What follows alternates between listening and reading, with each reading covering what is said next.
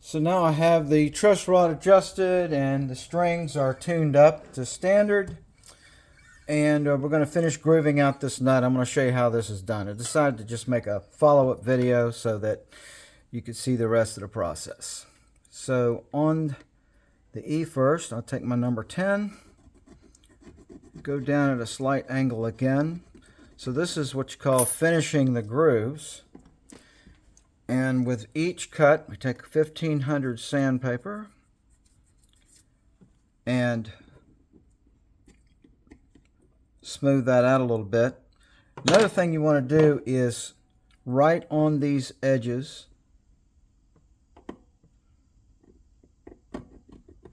on the edges of the groove, you take the beveled nut file and just knock that sharp edge where the string comes onto the nut and exits the nut at that groove. You don't want that to be a sharp edge. It can break the string. Sometimes that is what happens.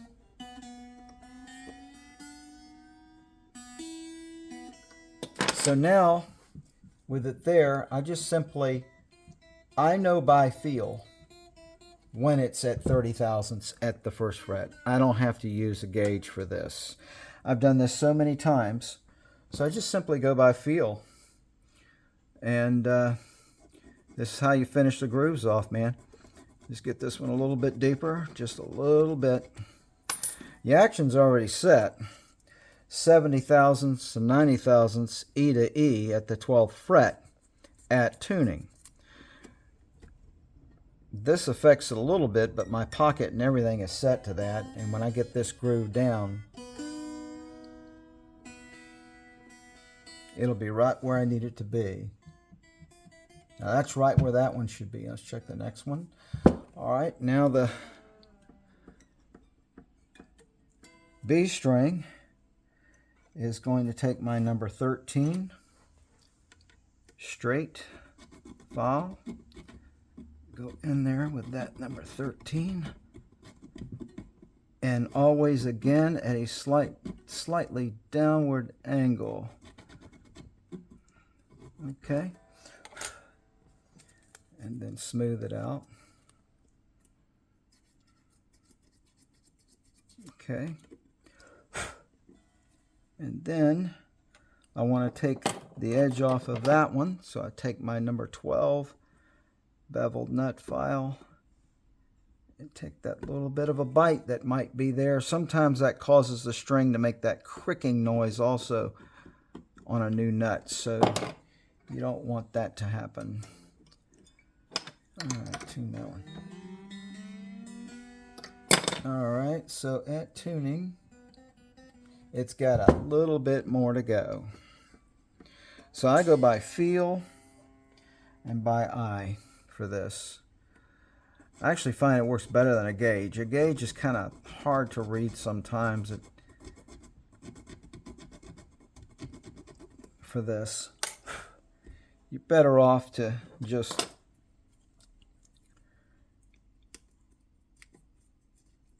teach yourself, train yourself to know when it's deep enough, you know? I mean, that's the thing you need to do, right? And you don't want to go too deep.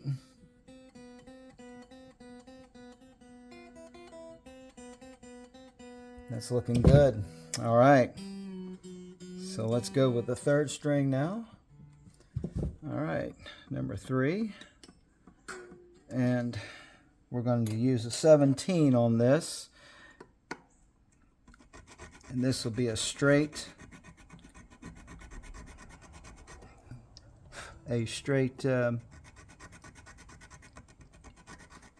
diamond file for that. Take your sandpaper, go in there with that, hone it out, and check the depth on that.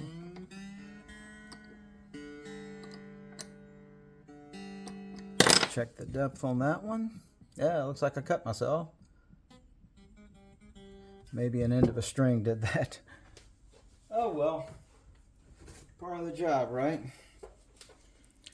And then you got a D string. Let's get it where it should be. And for that, I'm going to use I think I'm going to use a 32 for that, straight. And down at a little bit of an angle, like that. Just like that. And you can start telling, just looking at it from here, from this way, you can see when that's about deep enough. Okay. And so again, to avoid those sharp edges, I take a 32 gauge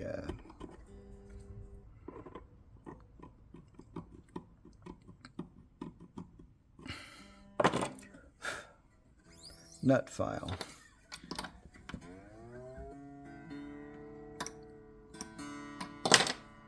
All right, take a look at that one. Perfect. All right.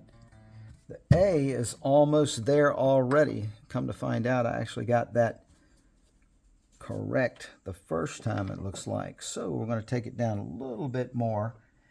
And for this, I'm going to use a 36. Like that. Straight. Yeah. There we go. Just a little bit. And back to my 42 thousandths. I think I might have said a 12-inch nut file earlier. I didn't mean to say inches. I mean, it's actually 0.012 12 thousandths. So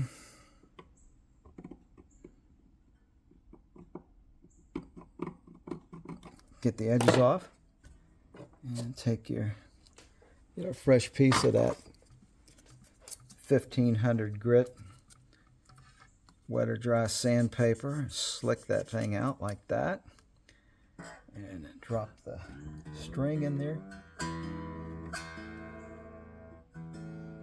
All right. Yeah, that's a good depth right there. Now do the 5th string and we'll be done.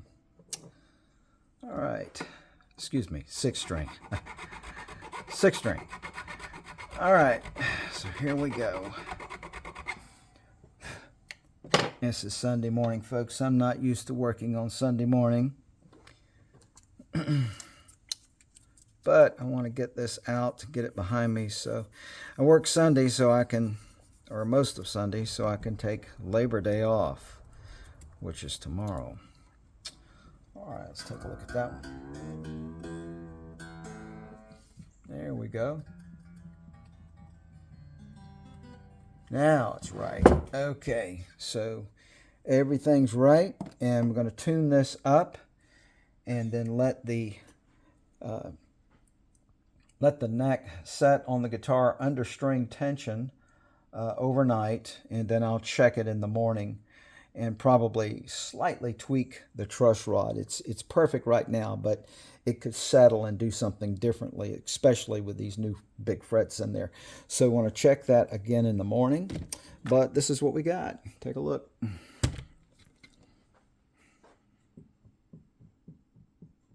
Yep.